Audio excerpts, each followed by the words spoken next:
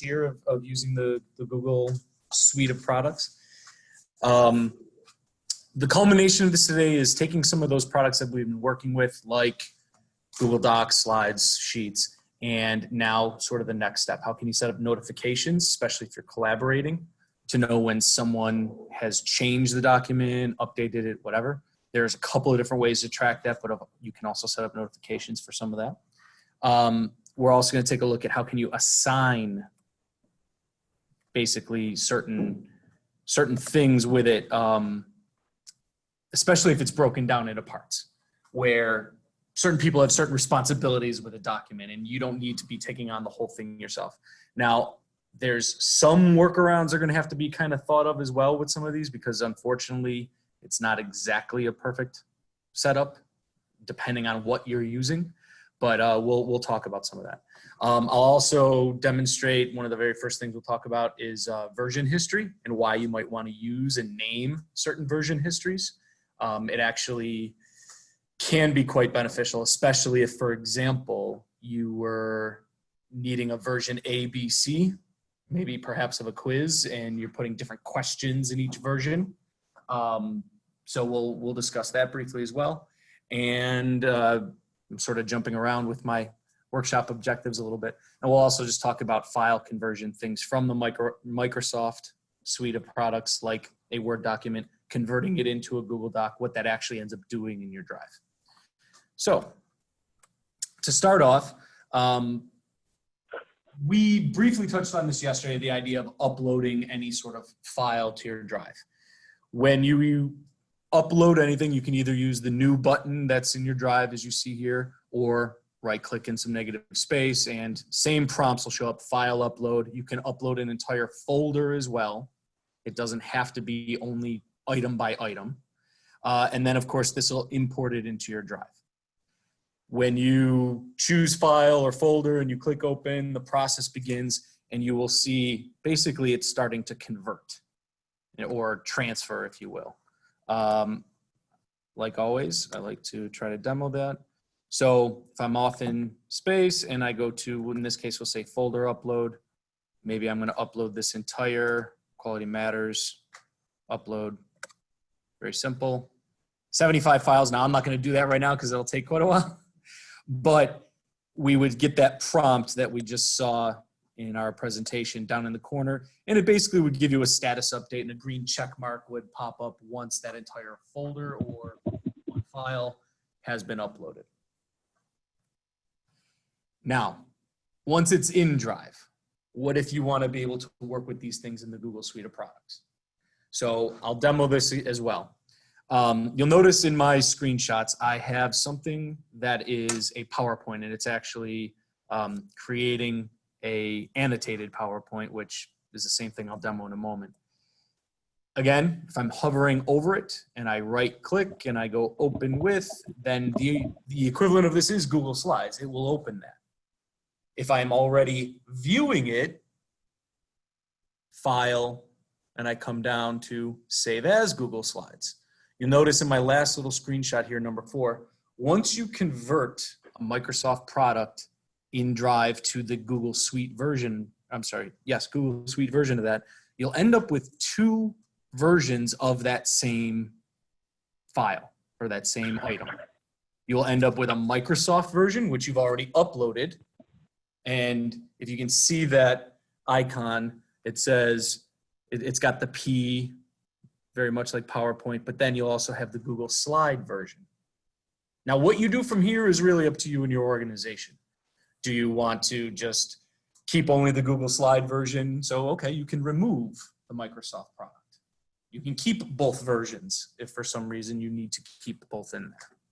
So we'll take a look at that here. They won't update together, right? They will not update together with what we're looking at right now. We'll circle back to the file stream aspect of this later. Okay. You know, yesterday or the other day you said the audio files won't come over. Correct. So if I wanted to do an annotated PowerPoint. Before I did the audio file, the audio recording, if I made it into slides on Google Drive, then I could Can you annotate in Google Slides? Yeah. You can insert audio files, sort of, we'll demo that real quick. So if I needed one in here, I come to insert, and in this case, let's see. You can insert a video. You might be better off just creating it in PowerPoint and using your Google file stream. Okay. And Oh, that's right. So, okay. right. One of our workshops next week, we're actually going to get into creating and sharing videos. And sometimes it is easier to still use the Microsoft product, but then upload it to your drive for the sharing aspect of this. Right. As you can see here, when I go to insert, I can insert a video. And when I click on that, it's going to possibly be a YouTube video, but notice there's no option for insert audio. So in that particular case, that's where there are some limitations with Google Slides. You might still be better with the original creation for annotation in the PowerPoint program, or we'll talk about it next week using Zoom. So that would be a workaround. You could still have it in Google Slides, but then use Zoom to record and turn it into a video from there. So we will definitely, I'm like the movie trailer teaser guy. I want to keep you coming back for more. So what were we just talking about? Oh, file conversion, that's right. So I'm going to demo just a couple of things very quickly. I actually did put some stuff in I want to keep using my workspaces to show that off. First thing I'll use is this annotated PowerPoint. You'll notice when I click on it, it sort of looks like the view only. I can only see slide by slide. I certainly can open with PowerPoint, and might have opened earlier. When I go to Google Slides, it looks like PowerPoint. Now I'm using Microsoft PowerPoint on my desktop right now. Let's pretend I do not have my file stream set up though. Here we go. Notice annotated PowerPoint PPTX. Anything I edit in here is automatically going to be updated. It sort of shows me I'm working with my file stream. But if I come to File, Save as Google Slides, once it finishes thinking, and the same thing would be for Word documents, same thing would be for Excel spreadsheets, File, Save As. That icon, or I should say that tag, excuse me, that said PPTX is gone, and I have the Google Slide icon here, right? And when I come to my actual drive,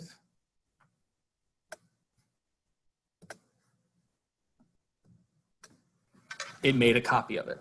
They're right there side by side. They're both in my drive. I've got what I uploaded, this annotated PowerPoint Microsoft version, but I also have the Google Slides version. If I know I'm going to stay with Google Slides, I don't really need this, no problem. Right click, remove. I've cleaned up my process a little bit. I've got just the Google Slide. That's what I'm working with. Perhaps in where this might be useful is you have an original PowerPoint somewhere on your desktop. You're ready to start making the transfer of things to Drive. This is how you can clean it up. You can bring those things over. Another thing that's nice, depending on what apps you've allowed permission to your Drive, this also works with PDFs. So I'm not going to demo Word documents or Excel. They'd be very similar to what I just did with PowerPoint, but with a PDF. Okay, again, back to my sexual harassment training. You can see, obviously, this is a PDF. I can open it with the laptop, software, or since I have installed this Lumen PDF, this, once it finishes thinking, this now essentially turns it into a Google-looking type of product where I can add comments, I can share this out, it can be edited. Let's see, I want to put some. Would this be a workaround for when we're trying to merge PDF documents or break up pages from PDF where we don't have that version? It could. That allows us to do it. So if you had 5 pages in PDF and you only needed the first page, Right. this is probably what I would do. And then yes, you could delete those other 4 pages. Or like it says here with insert text, I can type in extra stuff, Okay, etc. You know, and you're literally just putting a text box in this PDF where it needs to live or exist, I guess is a better way to put it. You can use this as comments, very similar to Google Docs or anything else, especially if you're collaborating. And then right here, this is where, okay, I need to share this out. I've finished whatever final version of this. I do not want to share out this Google version because I don't know if everybody's installed Lumen. Almost everybody has PDF, right? So download, and it has turned this. You can see my insert text here, type extra stuff, my additions and comment as well, but it has turned it back into a PDF. So this is, of course, something that now I can share out from there. When you go to your apps if you have, you're using the Chrome browser, Lumen PDF, and you can get that installed. The prompts to install it are pretty self-explanatory. So hopefully that's very helpful. Let's see, is there anything else I want to talk about with file conversion? No, not right now. Okay, version history. So let's just kind of start with what's the benefits of, or what are the benefits of using version history? First of all, makes it easier to track the versions. The default on version history is always the date and time that something was updated, the last save on, in this case, we're saying the Google slide presentation. And it's my screenshot's the exact same presentation I'm demonstrating for you, right? It's the date and time of the last save. But if you rename it, first draft, second draft, or whatever those names need to be, specific names of people that are collaborating with you, all those versions are still going to be there. And we can revert to older or newer versions at any time. Also, what's nice about this is you can reduce the clutter in your drive. Instead of making multiple copies of the same presentation because this one was done on Monday and this one was done on Friday, just name the version history. It's all still in the one item in your drive, and you can revert to those other versions at any time. It reduces the clutter a little bit, makes it a little bit easier to find things. And it also, with the version history, allows you to track changes, who contributed what.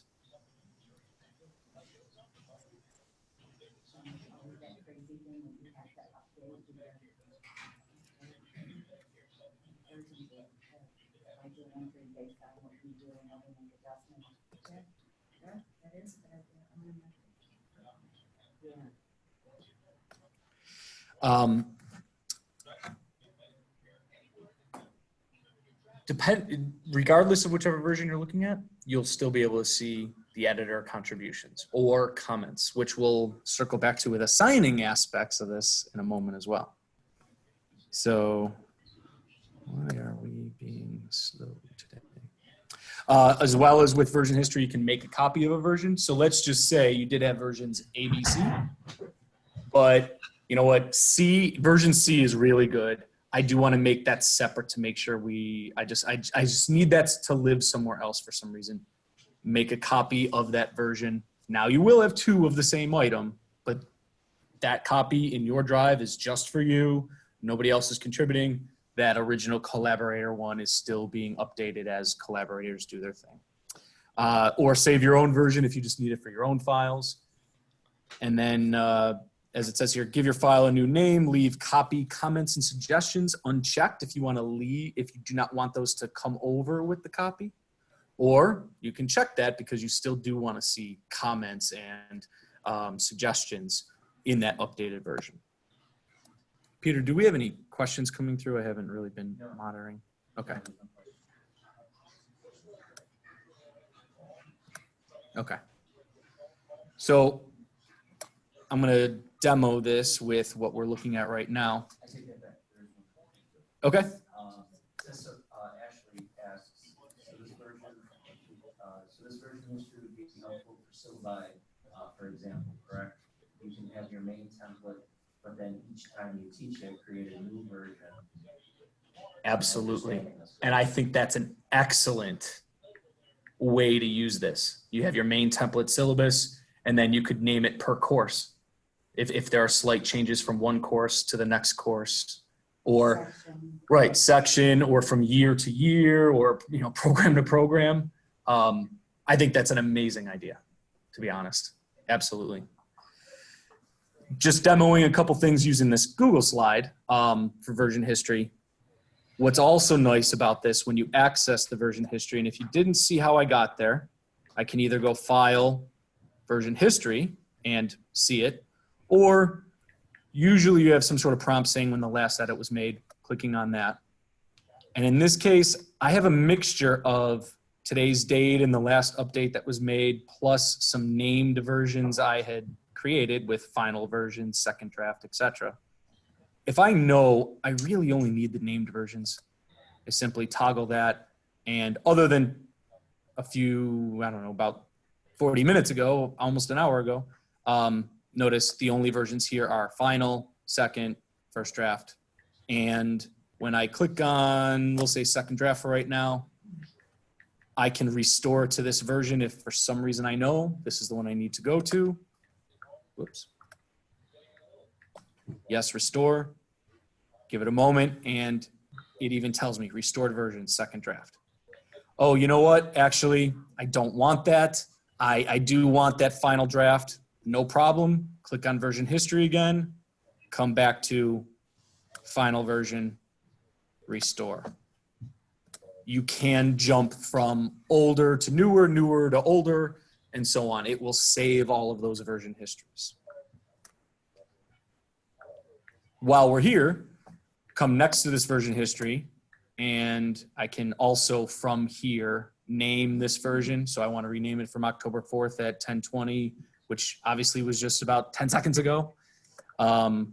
So presentation DS135. No problem. It's been renamed. And I know it was DS135. Obviously, I can see whatever time and so on and so forth. I can constantly do this. I can remove the name, I can rename, and of course, here's where I can make my copy, right? And then just have something that's just in my drive. It'll even ask me copy version. Do I want to share it with the same people? No, this is just for me. I leave that unchecked. Pick your destination where you need it to go, and so on and so forth. So the version history is an awesome update actually from Drive, because you don't have to have those multiple copies of those files anymore. You can just revert back to the versions that you need. Any questions from the crowd at the moment? No? All right. Let's head on back. One thing about making a copy, I do want to make sure I point out, you can make as many copies of the versions as you need if you did need 5 different copies for whatever reason and only sharing certain aspects out. And just my hint would be make sure to give each one a different name so that way you know which copy is which. Where this might be helpful is if for some reason you did have your workspace going and you are sharing it out with just with this one person over here, version A with this one person, version B with a totally different person. For some reason, I don't really know why, but I'm making it up. They don't need to be seeing each other's comments or updates. But remember, you're the project manager, so it's back into your workspace and you can do what you need to from there. Assigning action items. This is something that I think some people were excited about yesterday. And before I go further, only because I've forgotten until this moment, when you get these resources from either Peter or myself later on, anything that you see hyperlinked here, this will take you to some external resources if you wanted to read up on this a little bit more, forgot what we spoke about. So assigning action items, this will actually take you to the Google help site, if you will, with a little bit more depth on this if you want to read up on it. So I'll stick with a Google slide for now. I'll come back to mine in a moment. I'm actually going to assign an action item to Peter here in just a moment. When I go to insert a comment, or, Peter, I need you to do something. I click on that comment button up near present, type in his email, and once I do that, it'll basically give me these options of do I want to assign this to Peter as something for him to do? Of course, I'll click assign, the box that shows up here. I can also type in whatever directives I need Peter to have and then hit assign. Once I do that, Peter will get an email delivered directly, obviously, to his Damon account saying X, Y, and Z has been assigned to you. So I'm going to, since Peter eventually will be doing the Google file stream, I'm going to highlight my little area. I'm going to add a new comment, and Peter, if I can spell his name correctly. Notice once I get far enough along, he pre-populates from our contact list. And I need you to present on file stream always. I assign to Peter. There it is. Once Peter does this, whatever that task may be, I can mark as done. We can track the assignments. It works the same way with Google Docs. It works the same way with Google Sheets. Forms, not so much. So something to keep in mind there. Forms is always sort of the, I don't know how to word it, the one that things are just going to be different with. But by assigning these tasks, especially with collaborating things, I think back to, again, the class and the students. If you as the instructor have some sort of template, you can certainly share it with just a group. Let's say it's a group of 4. You can even go through, make the comments, assign certain tasks, delineate the work for them, or put it on them to assign tasks to each other. And of course, with our version history, we can track all these changes. We can see who actually collaborated what. We can compare that to our rubric. I mean, there's a lot we can really do there. So. I'm trying to sign into my Vivid Seats. Hi, Bomber. Catch that. Okay.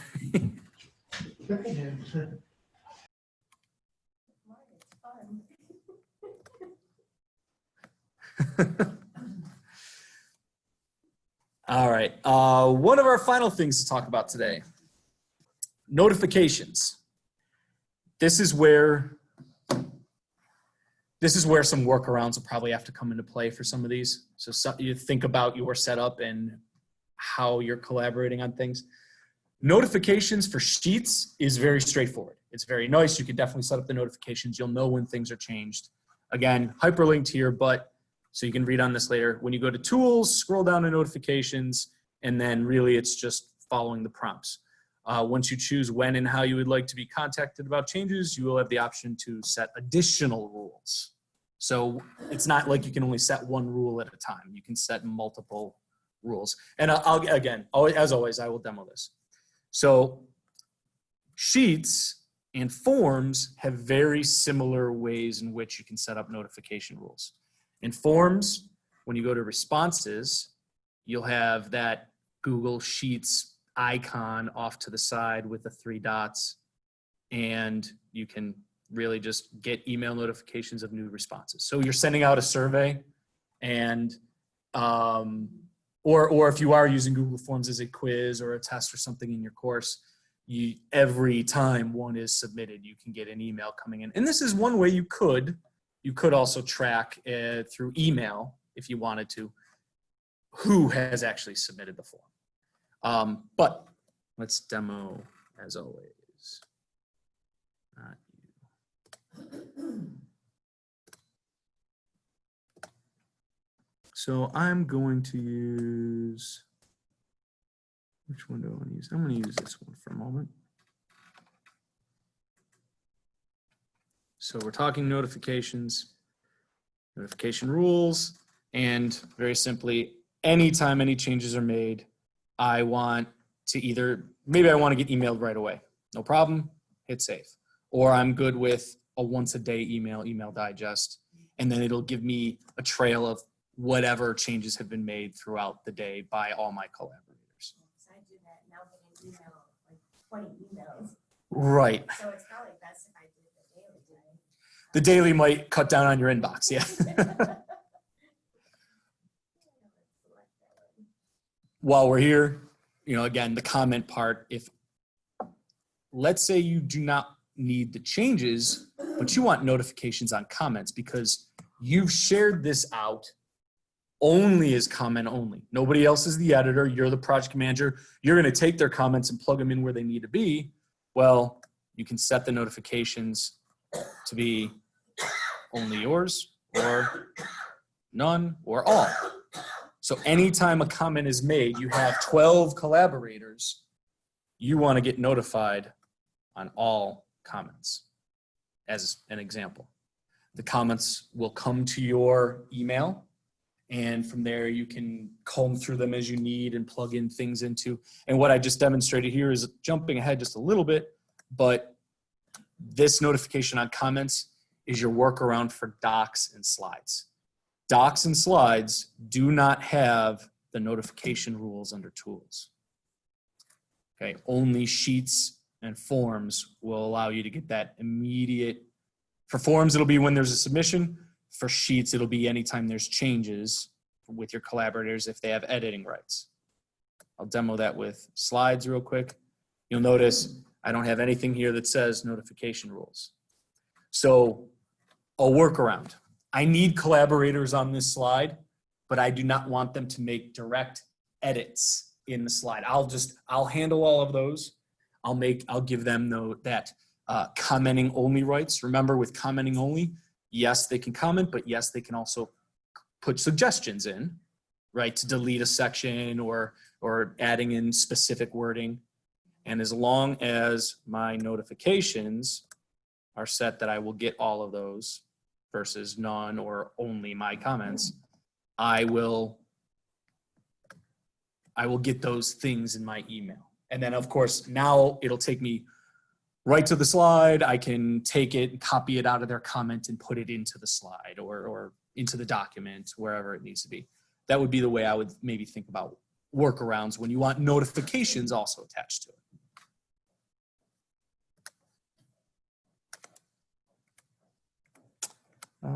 That's really what this is demoing. I've got just a very quick video that might help with this. I think it only lasts about a minute or two, but I figured. Oh, I forgot when we're in Zoom, it won't show videos, right?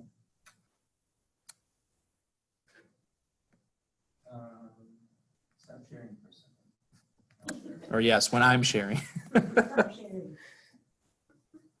That's in violation of what your mom taught you. Yeah, it's not gonna be that option. Dang. When multiple people can share at the same time. Did you already stop sharing? I did stop sharing, yes. Sorry. No problem. You'll get it in the resources. Watch the video. Let me go back to share.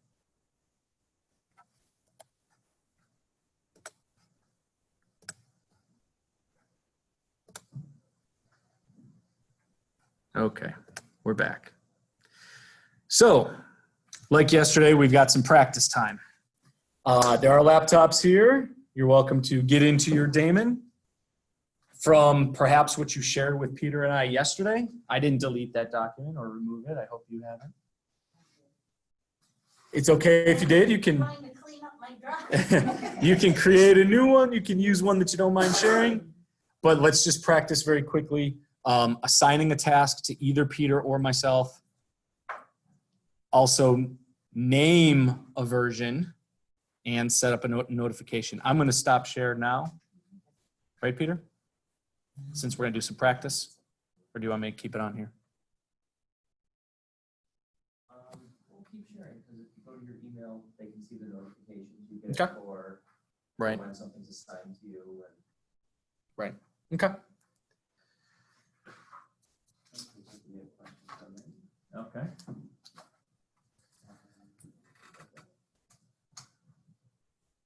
No question? Oh, your chat is still highlighting from the previous question.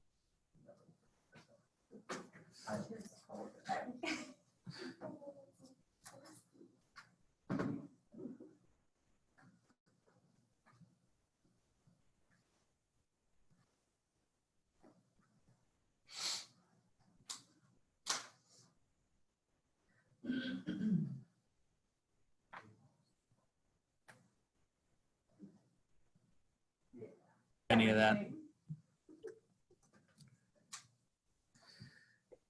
Well, the Google file stream, this is very similar to yesterday's. I'm not going to demo it again. I could demo it again. But the Google file stream is a great way to further not only enhance your, or not enhance, really make your organization more efficient. So anytime you go to download an item, let me get out of here. Again, Google File Stream can be added directly to your File Explorer. And this is your machine sitting on top of the teacher machine. It is. Awesome. So when I go to my File Explorer, you'll see that one of my available drives is Google File Stream. Again, if I click that, you'll not only see your shared drives, if you are included on shared drives, but you'll see your personal drive. And then when you click that, this folder structure and file structure mirrors that of your Google Drive. Now, it might be in a different view because I know personally, I always sort my Google Drive by last modified because it keeps the things that I'm using most currently at the top of the list. This, again, because it's a different view, it will be listed by default as alphabetical. But again, you can change the way that this is viewed as well, just like you can. Can't change the default though, right? I don't believe you can change the default, no. But that's really more of a Windows question, which is not my area of expertise. The great thing about this, and I'll demonstrate it again. So yesterday I demonstrated how you can work offline and how you can edit documents in their native format. But another really nice thing is if I go out to, if I'm downloading something from a website or something like that, if I'm downloading a conference schedule from the conference's homepage, I can skip the step of downloading it and then uploading it to my Google Drive. Because when I click download, what can I go out and download? Damon parking app. That's a PDF that exists out there. So when I click download, it's going to ask me, do I want to put it in my download folder? Well, I can skip that step. Instead of putting it in my download folder, I can go straight into my drive and save it to my Google Drive. So again, that's just skipping that step. The other thing I can do, which also helps you skip this step, you don't even need File Stream for this, but you can click print, and not a lot of people utilize this, but under your destination, save to Google Drive is an option for print too. I do this all the time, even from websites, like when I get registration confirmations and it says print this screen to keep for your records. I click print and then I click save to Google Drive. And you can click advanced so you can tell it specifically a Google Drive file name. So you don't have to keep the file name that it's defaulted to. So if you click advanced settings, you can give it a unique name because oftentimes the file names are, well, this is Damon Campus parking for map for parking. That's not bad, but not all of them are that nice. But that's a very simple way. So there's two ways, again, download and choose my file stream, or you can print and then print destination save to Google Drive. Whatever Google account is the default account on the browser, that's the drive it's gonna save to, because if you are like myself, you probably have multiple Google accounts open in the same browser at the same time. So I do just point that out. That way you know what Google Drive it's actually being saved to. But one more time, real quickly, I will demo how you can edit and work offline using File Stream. So if I open up Microsoft Word and I go to open, browse my computer, again, that same file explorer, I can grab a file from Google Drive. I can see a Word document that I can open in Word.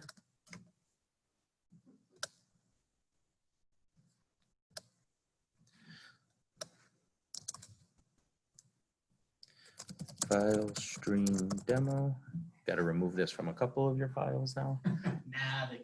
So if I click save, even though I've edited this in its native program of Word, if I go back to Drive, and that was project rubric, project_rubric. The doc version, I see that file stream demo is already available. Again, not in real time. It's as soon as I click save and I have connectivity and the file stream has synced. If you want file stream installed on your computer, you can do this, and it's your computer. You can do this yourself very quickly. Where am I looking now? I'm coming here. Yeah. We've put a link right in the presentation, which you will get. You can also just type in Google File Stream into Google, and it will be among the top links. But you'll come down and you'll click download the exe file.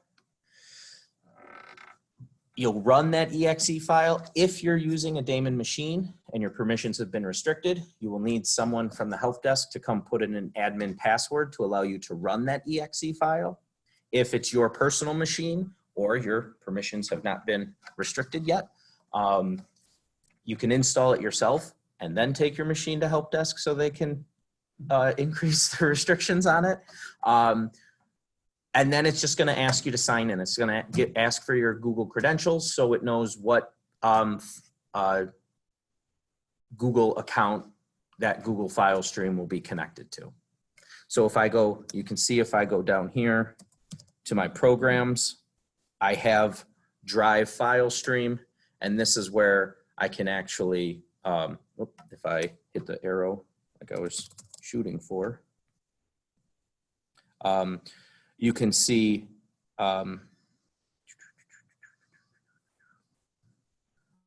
where you can log out of it as well if you wanted to change accounts with it.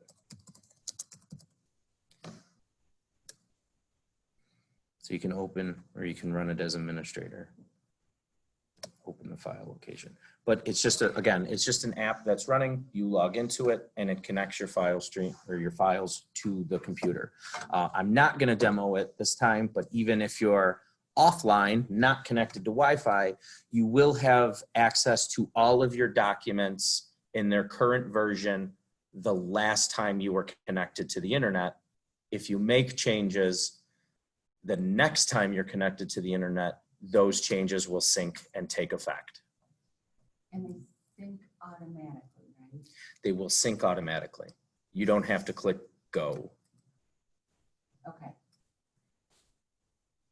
So if I'm worried about someone having worked on it while I was offline, then I want to rename it. Yes, in order to not have it. If you want a different version. Yeah, if I don't want it to overwrite whatever somebody else did, I want to be able to see those. If you want a different version, that's probably the easiest way around. Okay. Yeah. Make Yeah. a copy, rename it something else. You Yeah. can always tell, again, I pointed this out yesterday, but I know we do have some new users on the conference today. You can always tell if it's synced to the cloud or if it's waiting to sync. This little cloud indicator means the version on the computer is reflected in the cloud. If it's not, you'll see a blue circle with 2 arrows going in a circle saying it has not synced yet. Again, once you connect to Wi-Fi or hardline, that sync will take place and that icon should change from the blue circle to the blue and white cloud. Again, these resources will be shared out, but there's a Windows exe file as well as a Mac. I don't know, is it exe? DMG. I'm such a not a Mac user. And something I'll briefly touch on, not that I'm a Google rep, but I have a Google phone. So all those comments you all made and shared with me and assigned to me are in my notifications on my phone. Lucky you. Yeah, lucky me. And of course, if I tap on them, it will open up. It's just taking a minute and it's going directly to where that comment was made. So depending on how well or how much you want to use your mobile devices. Yeah, I like my iPhone. Well, Drive does have an app for your iPhone, so I it should be know, it able to do the does. same thing. Yeah, if you have the Drive app, I know this is what it is for Android phone. I also now have a Google Pixel too, so well, Google Pixel also because it's the Google Pixel 3. Google Pixel 2. If you have the Drive app, you can view all of your documents and receive the notifications and things like that. But you also need the individual applets, I believe, for docs, sheets, We do. and slides to actually edit It's them all in, Yeah. It all- in a folder. Yeah. Exactly. Yeah. Yeah. I will bring up our contact information as if people don't know how to get in touch with us already. But if there are any questions about anything that we went over today, if you were in our previous sessions that you want a refresher on, that's fine too. If you have not seen our previous sessions, we will be sending all of them out, the recordings as well as the slide decks. So you're more than welcome to peruse and then book appointments as needed afterwards. If you have And Word we'll and- also be sending out a survey for some feedback. We'd appreciate, or we would appreciate you filling that out for us. Raquel put in the question, if you have a Word and doc version of the document on Drive and you're editing offline using FileStream, if you edit the Word version, will it update the Word version on Drive? Yes, it will update the Word version on Drive, but it will not update the doc version.